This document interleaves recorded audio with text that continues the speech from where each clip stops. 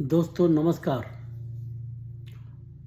कांग्रेस और राहुल गांधी के साथ विडंबना ये है कि ये लोग सोचते हैं कि जो उसने कह दिया उसके ऊपर कोई नोटिस ना ले और कोई भी व्यक्ति उसके ऊपर रिएक्ट ना करे।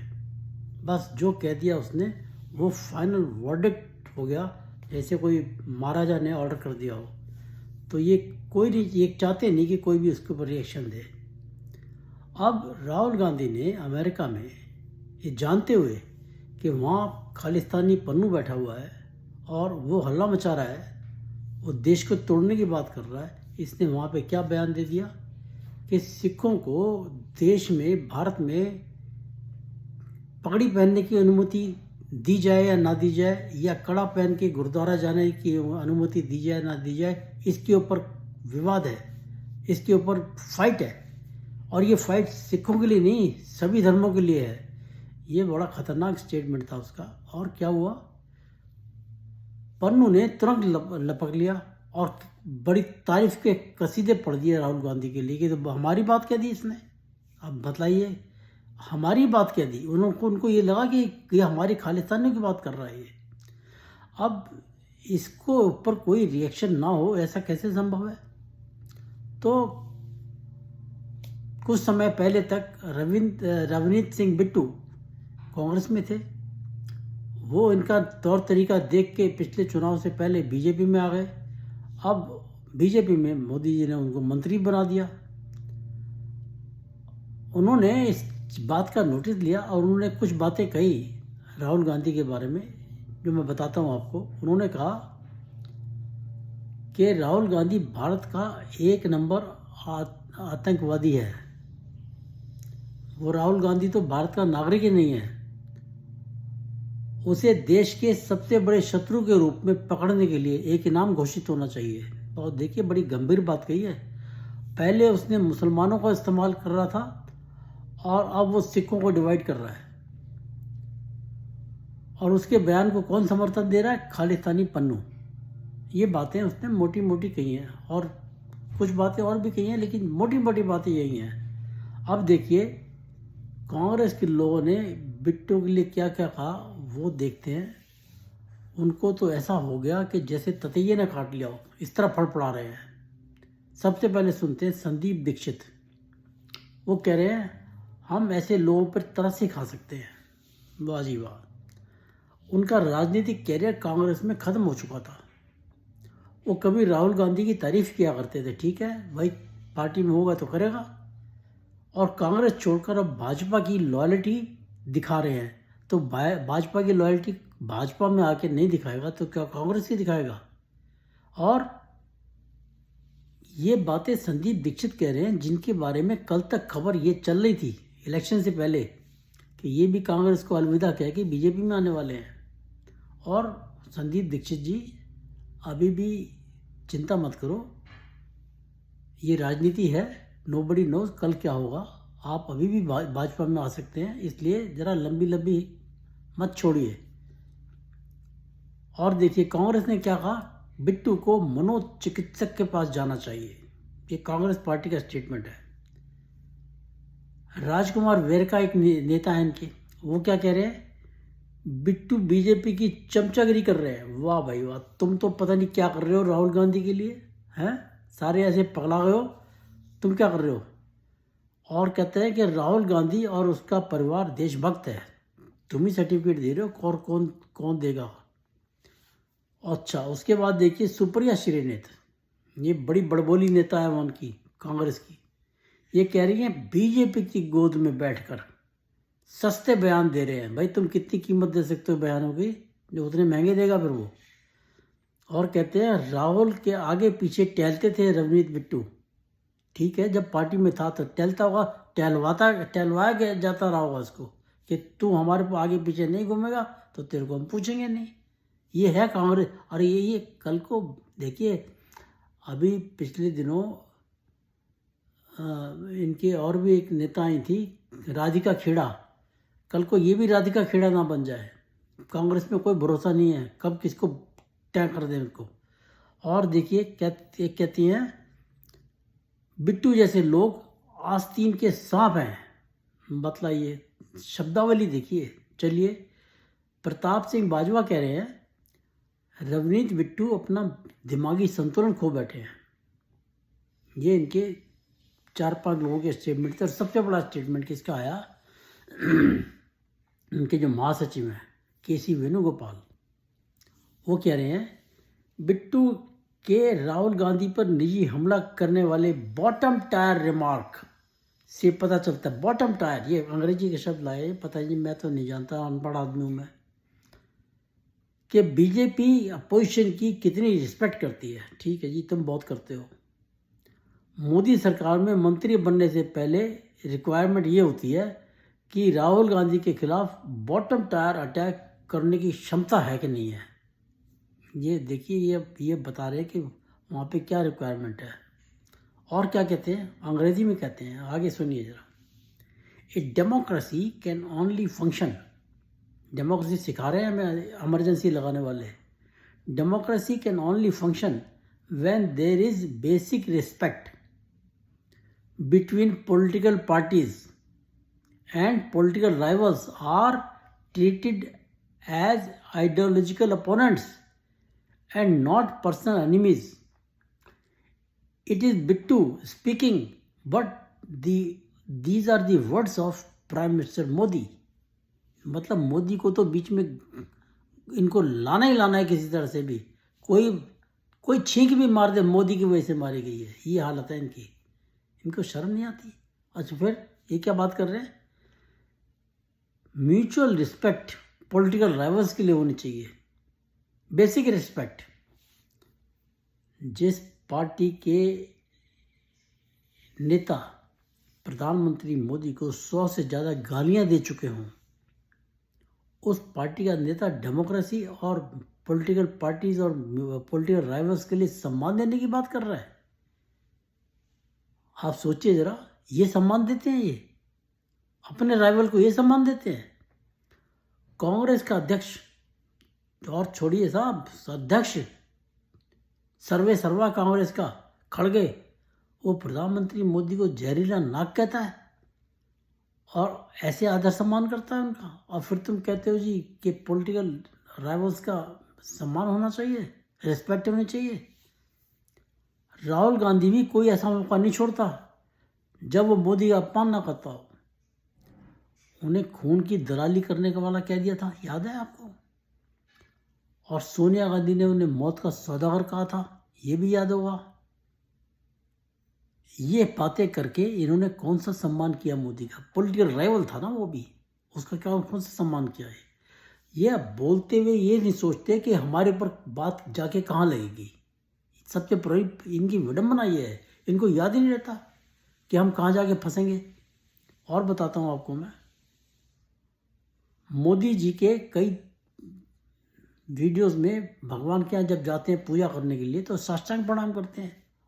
हर एक जो स्टांच हिंदू है उसका कर्तव्य है भगवान के आगे साष्टांग प्रणाम करे। ये राहुल गांधी कहता है उन चीज़ों को देख के, कहते हैं मैं भगवान के आगे लेटने का नाटक नहीं करता। ये शब्द है इनके। ये फिर कहते हैं हम तो रिस्पेक्ट करने की बात करेंगे। मोदी द्वारका में समुद्र के नीचे कृष्ण भगवान की पूजा कर रहे थे, ये उसका भी मजाक उड़ा रहा था राहुल गांधी। आप ये बताइए कि ये ततैये की तरह बिलबिला तो रहे हैं, ततैये कांटे की तरह। संविधान में कहाँ लिखा है? ये बहुत संविधान बकबक करता फिरता है, पूरी पार्टी करती है, सारा विपक्ष करता है। संविधान में कहाँ लिखा है कि अमेरिका या किसी भी विदेश में जाकर आप देश का अपमान करो? जी कहीं लिखा है? You have got right, fundamental right to abuse the country. आतंकियों के दुश्मनों से मिलो। अगर राहुल गांधी जॉर्ज टाउन में सीआईए की स्पाइस फैक्ट्री में जाएगा और वहाँ अधिकतर जहाँ प्रोफेसर्स मुस्लिम ब्रदरहुड के पेरोल्स पे हैं और अल जजीरा के साथ फाइनेंशियल रिलेशन हो जिनका, उनके साथ जाके वो बैठेगा वहाँ पर, तो राहुल गांधी को क्या कहा जाएगा? ये सारी सूचना कॉफ़ी विद सुमित जैन ने अपने एक राइटअप में दी है। वो भी बड़ी पते की चीज़ निकाल के लाते हैं। अमेरिका में बैठकर बांग्लादेश के जिहादी फजल अंसारी के साथ मुलाकात करता है। अंसारी कौन है? हिंदुओं के कत्लेआम के लिए बांग्लादेश में वो बड़ी भूमिका है उसकी। राहुल गांधी उसके साथ मीटिंग करता है फिर, हैं? और भारत विरोधी कौन?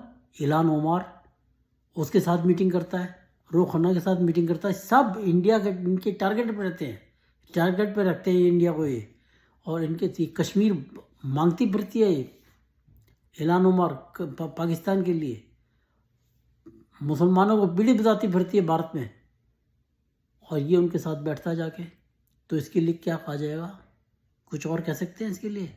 और पाकिस्तानी आतंकी ग्रुप्स के साथ मीटिंग करता है, तो क्या कहा जाएगा उसको? क्या गलत कुछ कहा है क्या उसने, रविंदर सिंह बिट्टू ने? ये फैक्ट तो ये है कि कांग्रेस आज तक आतंकियों का ही साथ देती रही है, आतंकियों का ही साथ देती रही है। भाई पाकिस्तान से आतंकी आते थे, यहाँ पर बम ब्लास्ट कर करा के चले जाते थे, ये डोजर पर डोजर भेजते रहते थे। उनको तो डोजर की आदत पड़ी हुई थी। उनको पता नहीं था कि कभी मोदी भी आ जाएगा सर्जिकल स्ट्राइक करने वाला। उनको कभी ये इल्म नहीं था कि अगर हम पुलवामा करेंगे तो बालाकोट ठोक जाएगा मोदी। उन्होंने कभी सोचा नहीं था। लेकिन ये तो कहते थे जी 26/11 हो गया, अगर पाकिस्तान पे हमला कर दिया तो बीजेपी को फ़ायदा हो जाएगा, ये इनकी इंटेंशन थी। तो ये तो आतंकियों के साथ ही रहे हैं, तो आतंकियों की बात करते हैं ये। तो जब आतंकियों के साथ रहते हो, उनके हाथ में तुम्हारा हाथ होता है, तो तुम्हें आतंकी कहना है तो कोई गलत बात तो नहीं हुई ना फिर। ये it is a matter of perception. भाई आप जो सोच के चलते हो, आप जो काम कर रहे हो, दूसरा व्यक्ति उसके लिए अपनी परसेप्शन बना सकता है, अपनी ओपिनियन बना सकता है। वो बोल रहा है, वो everybody has got right of freedom of speech. तो आपको तकलीफ नहीं होनी चाहिए ना उसके अंदर। बिट्टू को अगर तुम आस्तीन का सांप कह रहे हो, जो इसने कहा सुप्रिया श्रीनेत ने, तो इसको ये समझना चाहिए कि कोई व्यक्ति विदेश में जाकर देश के खिलाफ काम करे तो वो देश के लिए सबसे बड़ा आस्तीन का सांप है। तो आप समझ लीजिए कि आस्तीन का सांप असली है कौन। यहाँ तो बहुत कुछ कांड हो जाते हैं, बड़े बड़े काम कर लेते हैं ये लोग। ये किसी को पता नहीं चलता, कानों कान मरने के बाद पता चलता है कि फलाना ईसाई था, अब फलाना मुसलमान था। ये तो वहाँ पे जा के पता नहीं क्या और क्या क्या करते होंगे, नोबडी नोज इट। तो आतंकी कह दिया, उसको उसके ऊपर बिलबिला गए और आतंकियों के साथ मिल रहे हो, जाके आतंकियों के साथ गुफ्तगू करते हो, तो उसके लिए तो आपको फिर जब लोग तो बोलेंगे, लोग को बोलने से आप रोक नहीं सकते। और ये भी बता दूं, ये सारी जो जुगाड़ में लगा हुआ है ना, कि एक तरफ SC ST को भड़का दो, मुसलमानों को भड़का दो, अब सिखों को भड़का दो। अभी और भी देखते जाइए क्या क्या कांड करता है ये आएगा। अभी तो देखिए, और मज़े की बात, he has not come back so far. 10 तारीख को वहाँ पे आखिरी दिन था इसका। 10 तारीख के बाद कहाँ गए किसी को पता नहीं, चमचों को भी नहीं पता होगा किसके पास गए, क्यों गए। वो कहते ना मोबाइल चेंज करने गया क्या, कोई रहस्यमय काम करने गया क्या। ये मैं एक बात कहता हूँ बड़ी स्पष्ट, कि जो सिक्योरिटी इंडिया की होती है उसे दरकिनार करके ये घूमते रहते हैं ना, किसी दिन इनके साथ कोई कांड ना हो जाए। और फिर ये दोष नहीं दे सकते किसी को कि ये सरकार दोषी है, क्योंकि आप जब खुद ही खुलेआम घूमना चाहते हो फ्री, बिना सिक्योरिटी के, तो कोई भी कुछ भी कांड हो सकता है। फिर इसके अंदर किसी को कोई ऑब्जेक्शन नहीं होना चाहिए। हाँ, फिर ये है कि अपने लिए एक सिंपैथी वेव बनाने की कोशिश हो रही है पार्टी में, और कुछ नहीं होगा। तो कहने का तात्पर्य है जी कि जो बिट्टू ने कहा उसको सुन के ये लोग परेशान तो हुए हैं और होने भी चाहिए, होंगे, अभी और होंगे, क्योंकि वो जो इशू है जो उसने उछाला है वो कोई छोटा मोटा इशू नहीं है।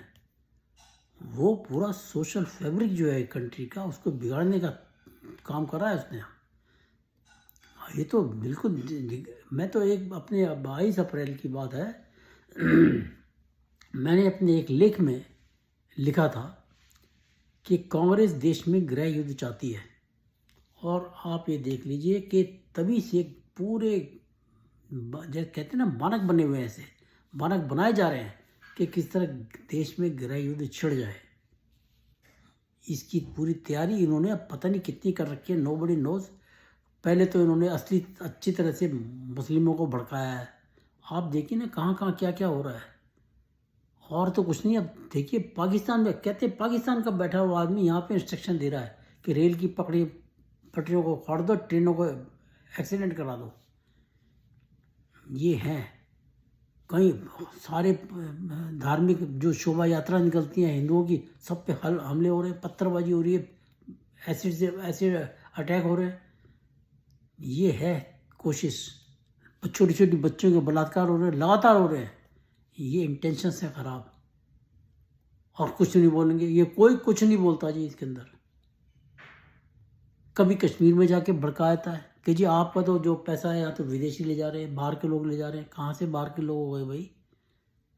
वहाँ पे जॉब दे रहे हैं, वहाँ पे लोगों को काम दे रहे हैं। डल लेक जो कभी खून की लेक बन गई थी, वहाँ पर आज शिकारे दौड़ रहे हैं, लोग बिजनेस कर रहे हैं वहाँ पर, अपनी कमाई कर रहे हैं वहाँ पर, और तुम कह रहे हो कि तुम्हारा पैसा भी बाहर के लोगों के पास जा रहा है। तो ये बड़ा खतरनाक खेल खेल रहे हैं, और इसको सुनना तो पड़ेगा। फिर इनको सुनना तो पड़ेगा। तो मेरा ख्याल है मैंने आपको काफ़ी बातें क्लियर कर दी इनके बारे में। तो आपको मेरा कंटेंट पसंद आए होंगे तो आप इसको लाइक कीजिए, शेयर कीजिए, और मेरे चैनल को सब्सक्राइब कीजिए। नमस्कार, जय हिंद, जय श्री राम, भारत माता की जय।